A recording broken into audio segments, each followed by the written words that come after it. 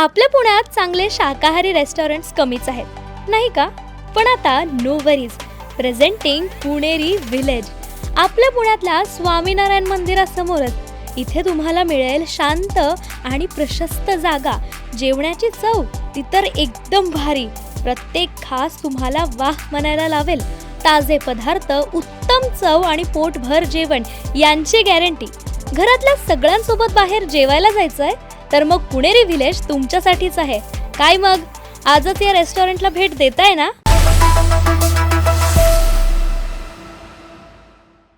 नमस्कार. सुरुवातीला पाहूयात काही ठळक बातम्या. BSEच्या शेअर्समध्ये सलग तिसऱ्या दिवशी ही घसरण, जवळपास 10% घसरण झाली आहे. पुण्यातील गंगाधाम रस्त्यावर जड वाहनांना बंदी, पोलीस आयुक्तांची पाहणी. नागरिकांच्या सुरक्षिततेच्या दृष्टीने महत्त्वाचे निर्णय. विमान अपघातात नागपूरच्या यशा मोढा आणि त्यांच्या कुटुंबियांचे दुःखद निधन. सासऱ्यांच्या शोकसभेसाठी लंडनला जात असताना मोढा कुटुंबियांवर काळाचा घाला. आणि पिंपरी चिंचवडमध्ये अर्बन स्ट्रीटचा 2-in-1 वापर. नमस्कार, मी इंदिरा. ठळक बातम्यानंतर आता पाहूयात सविस्तर वृत्तांत. शुक्रवारी सलग तिसऱ्या सत्रात BSEच्या शेअर्समध्ये घसरण झाली आहे, ज्यामुळे 11 जून पासून विक्रीच्या सततच्या दबावामुळे एकूण घसरण जवळपास 10% पोहोचली आहे. NSEवर शेअर 3.67% घसरून 2,653 रुपयांच्या इंट्राडे नीचांकी पातळीवर पोहोचलाय. दुपारी 1 वाजेपर्यंत तो काही तोटा टाळून 1.52% घसरून 2,712.30 रुपयांवर व्यवहार करत होता.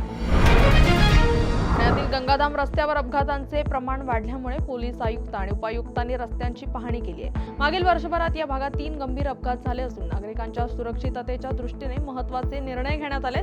6 ते रात्री 10 या वेळेत जड वाहनांना पूर्णतः बंदी घालण्यात आली असून डंपर, मोठे ट्रक, RMC वाहनांना दिवसा बंदी असणार आहे. या निर्णयांमुळे पुढे कोणताही अपघात होणार नाही, यासाठी आम्ही कटिबद्ध आहोत, असा विश्वास पोलीस आयुक्तांनी यावेळी व्यक्त केला. सांगितले या परिसराला डिसिप्लिन करण्यासाठी युद्ध पातळीवर उपाययोजना स्थानिक अधिकारी आमचे करतील. आम्ही 1 आठवड्यानंतर परत इथे येऊन आढावा घेऊ आणि परत स्थानिकांची पण चर्चा करू. मला विश्वास आहे की यामध्ये आमचे प्रयत्नाला यश मिळेल. सर, या ठिकाणी सर इथून एक ओढा वाहतो, पहिले अर्थात त्याच्यावर बऱ्यापैकी अतिक्रमण झालेलं दिसतंय. ते नेमकी ओढा कुठून वाहतो या संदर्भात कधी विचारलंय? काय आहे माहिती? काय पालिकेला पत्र करणार आपण? नक्कीच आम्ही ऑलरेडी सांगितले, महानगरपालिकाशी संपर्कात आम्ही आहोत. या एरियाचे पूर्ण आढावा घेऊन जे काही अनधिकृत बिल्डिंग कन्स्ट्रक्शन झालेली आहे किंवा होत आहे, किंवा जसे दारूचे दुकान इथे शाला जवळ आहे अशा आम्हाला लोकांनी सांगितले. 100 यार्डचे आत शाला असताना अशा प्रकारचे दारूचे दुकान असणे मेन चौकवर, ज्याच्यामुळे वाहतुकीची अडचण होत आहे, ही योग्य नाही आहे. त्याचे अशा प्रकारचे करेक्टिव्ह स्टेप्स मोठ्या प्रमाणात घेण्यात येईल. नागपूरच्या यशा कुटुंबावर दुःखाचा डोंगर कोसळलाय. लंडनला जात असताना झालेल्या भीषण विमान अपघातात यशा 1.5 वर्षाचा मुलगा रुद्र आणि सासू रक्षा मोढा यांचा मृत्यू झाल्याची माहिती समोर आली आहे. यशा यांचा विवाह 3 वर्षांपूर्वी अहमदाबादच्या मोढा कुटुंबात झाला होता. काही दिवसांपूर्वी सासऱ्यांचे कॅन्सरचे उपचारादरम्यान निधन झाले होते. त्यांच्या लंडनमधील शोकसभेसाठी हे तिघं लंडनला निघाले होते, परंतु दुर्दैवाने ह्या विमानाचा अपघात झाला. या घटनेची माहिती मिळताच यशाचे नागपूरमधील आई वडील अहमदाबादकडे रवाना झाले. कार्यक्रम लंडनला होता, त्यासाठी निघले गेलो. म्हणजे ही जी मुलगी आहे की नाही, मुलगी यासाठी निघली की म्हणजे दिवसांनी तो वाचला. पिंपरी चिंचवड महापालिकेने कोट्यावधी रुपये खर्चून अर्बन स्ट्रीट तयार केलाय. मोठे पदपथ आणि सायकल ट्रॅक अशी आकर्षक रचना करण्यात आली आहे. काही दिवसांपूर्वी आयुक्त शेखर सिंग यांनी पावसाळ्यातील अर्बन स्ट्रीटचे फोटो ट्विट करून नागरिक कसे आनंद घेत आहेत हे सांगितलंय. पदपथावर चालणारे आणि सायकल ट्रॅकवर सायकलिंग करणाऱ्यांचे फोटो पाहून हा प्रकल्प यशस्वी वाटतोय. मात्र आता सायकल ट्रॅकवर वाहनेही धावत असल्याने याचा 2-in-1 म्हणजेच दुहेरी वापर सुरू. बातमीपत्रात वेळ झाली आहे छोट्याशा विश्रांतीची. लगेचच परत येऊ, तोपर्यंत पाहत राहा न्यूज अनकट.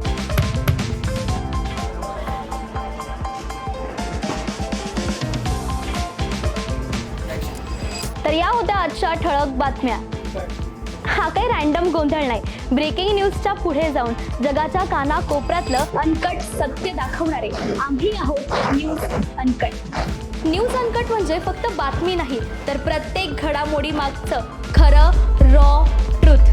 जगाच्या कानाकोपऱ्यात कोपऱ्यातलं 100% अनकट सत्य. No drama, no filters, just truth. ग्लॅमरचं धम्माल जग, स्टार्सचे मसालेदार किस्से आणि पडद्यामागचे रिअल हिरोज. बॉलिवूडपासून मराठी सिनेमांपर्यंत फुल ऑन एंटरटेनमेंट फक्त कलारंजनमध्ये. गुन्ह्यांचा पर्दाफाश, थेट तपास आणि शॉकिंग रिव्हिल्स. क्राईम कनेक्शन जाणून घ्यायचंय? मग पहा न्यूज अनकटचा क्राईम रिपोर्ट. आता शेती म्हणजे फक्त नांगरच नाही, तर ड्रोन, डाटा, डिजिटल आयडियाज आणि शेतकऱ्याचा नवीन अवतार. पहा कृषी विश्व, प्रगतीची एक नवी दिशा. हेल्दी राहायचंय, फिट राहायचंय? मग जाणून घ्या फिटनेसच्या simple tips, healthy diet plans news अनकटच्या धन्वंतरीमध्ये. गल्लीपासून दिल्लीपर्यंत थेट सडेतोड आणि रोखठोक रिपोर्टिंग. राजकारणातील सगळे खेळ नो फिल्टर स्टाईलमध्ये.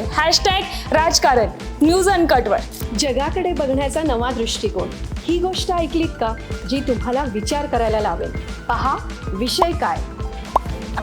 शेवटच्या क्षणाचा थरार, मैदानावरील धमाल, खेळाडूंचे किस्से आणि बरंच काही. क्रीडा विश्वमध्ये सर्व काही. प्रत्येक बातमी, प्रत्येक विषय, प्रत्येक घटना थेट तुमच्यापर्यंत. No filter, no biasness. बातमी जशी आहे तशीच दाखवणार. आणि आता एक big update, news uncut is levelling up. आता न्यूज अनकट घेऊन येत आहे एक नवीन स्वतंत्र चॅनल, जिथे सगळं काही थेट रिअल आणि अनकट असणार. More content, more shows, more real talks. Presenting uncut explain.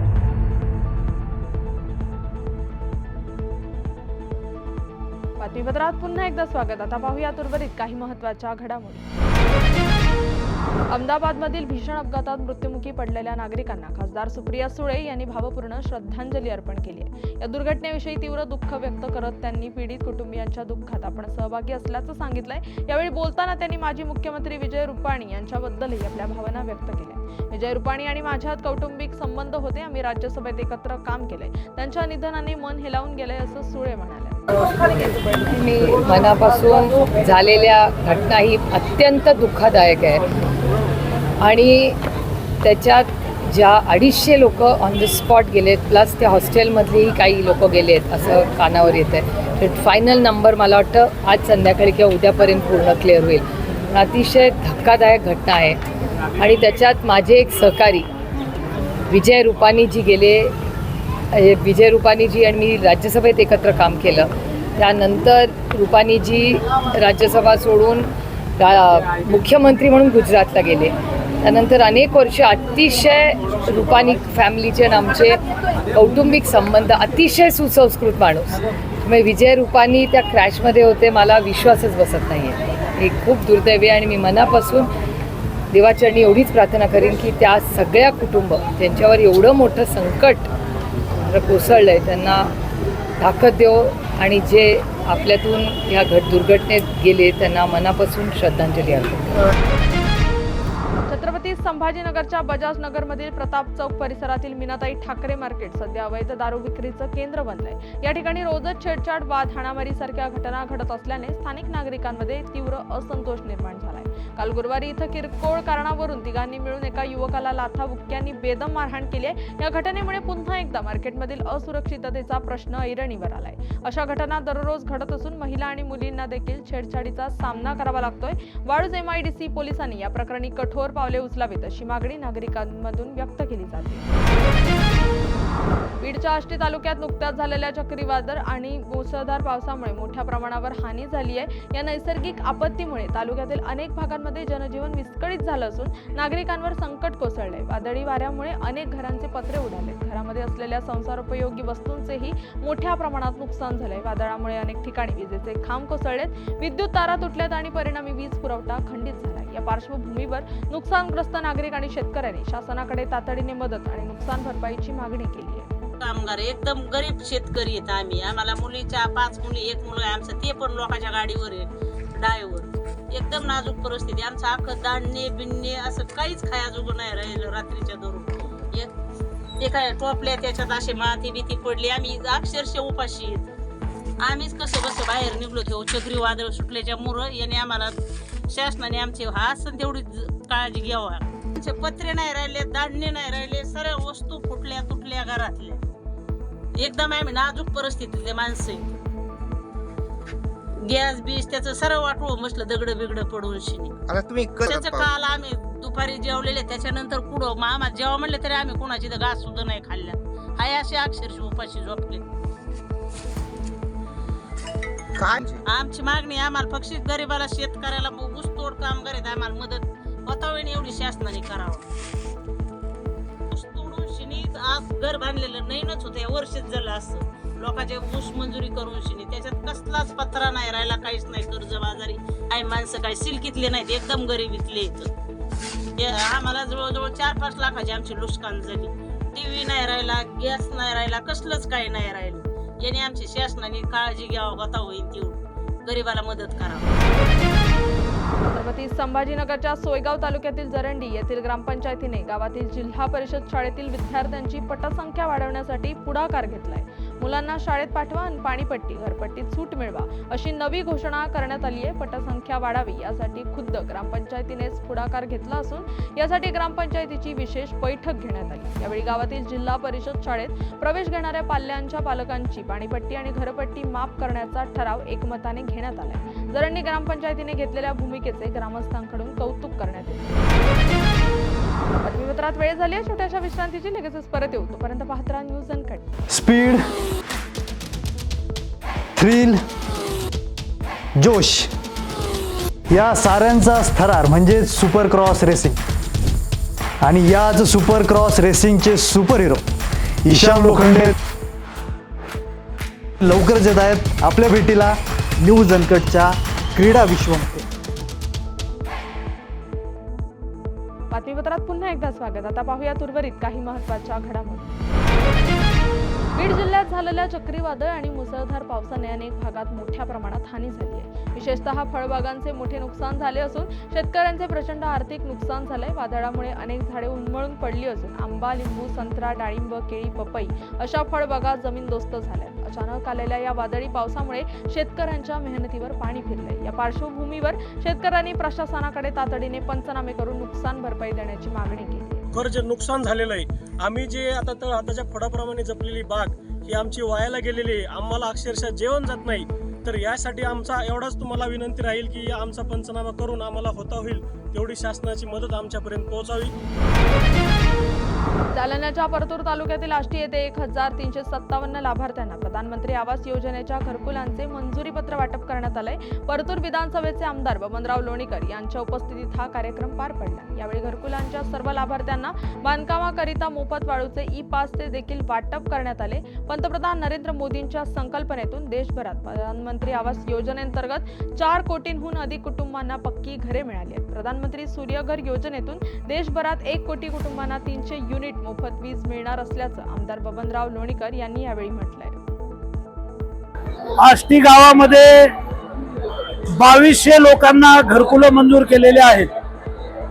या सर्व घरकुलासाठी लागणारी वाळू जी आहे मोफत द्यायची आहे. एका घराला 5 ब्रास वाळू मोफत. या सर्व 2200 घरावर सोलार लावायचा आहे.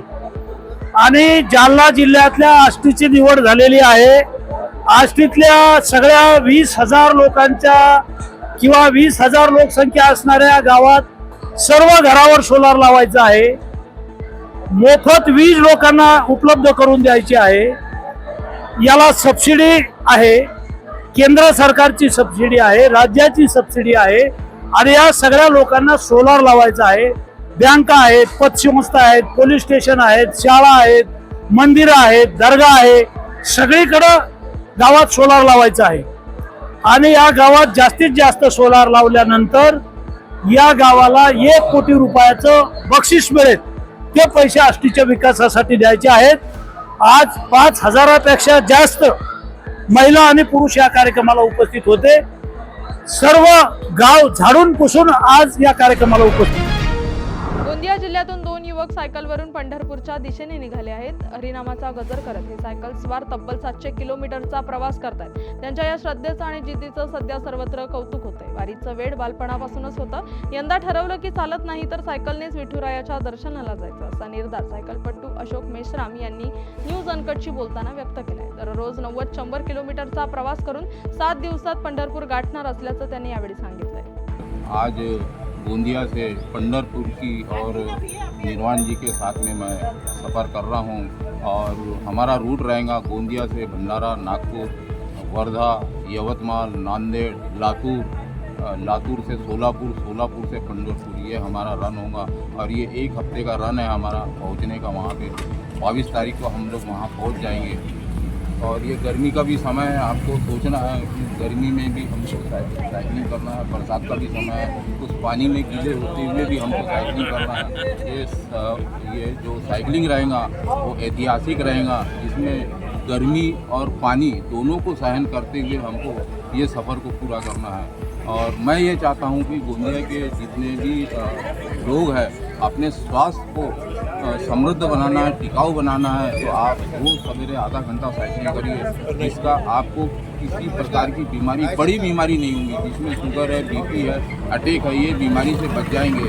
हमारे जैसे लंबे रन के साइकिलिस्ट बनते हैं 20 से 30-50 किलोमीटर का डेली का, तो आपको बुखार भी नहीं है। तो मैं ये चाहता हूँ कि हमारे भारत और देश के सभी नागरिक स्वस्थ रहें, बच्चे भी स्वस्थ रहें। हर स्कूलों में एक परेड होना चाहिए खेल कूद का, जिसमें बच्चों को उनका इम्यूनिटी पावर मजबूत करने के लिए एक परेड लेना चाहिए स्कूल कॉलेजों में, जिनका उनका स्वास्थ्य मजबूत हो। हम आज देख रहे हैं कि छोटे छोटे बच्चों को अटैक आ रहा है। आणि या बातमीचा वेळ झाली आहे, बातमीपत्रात इथेच थांबायची। तोपर्यंत पाहत राहा न्यूज अनकट।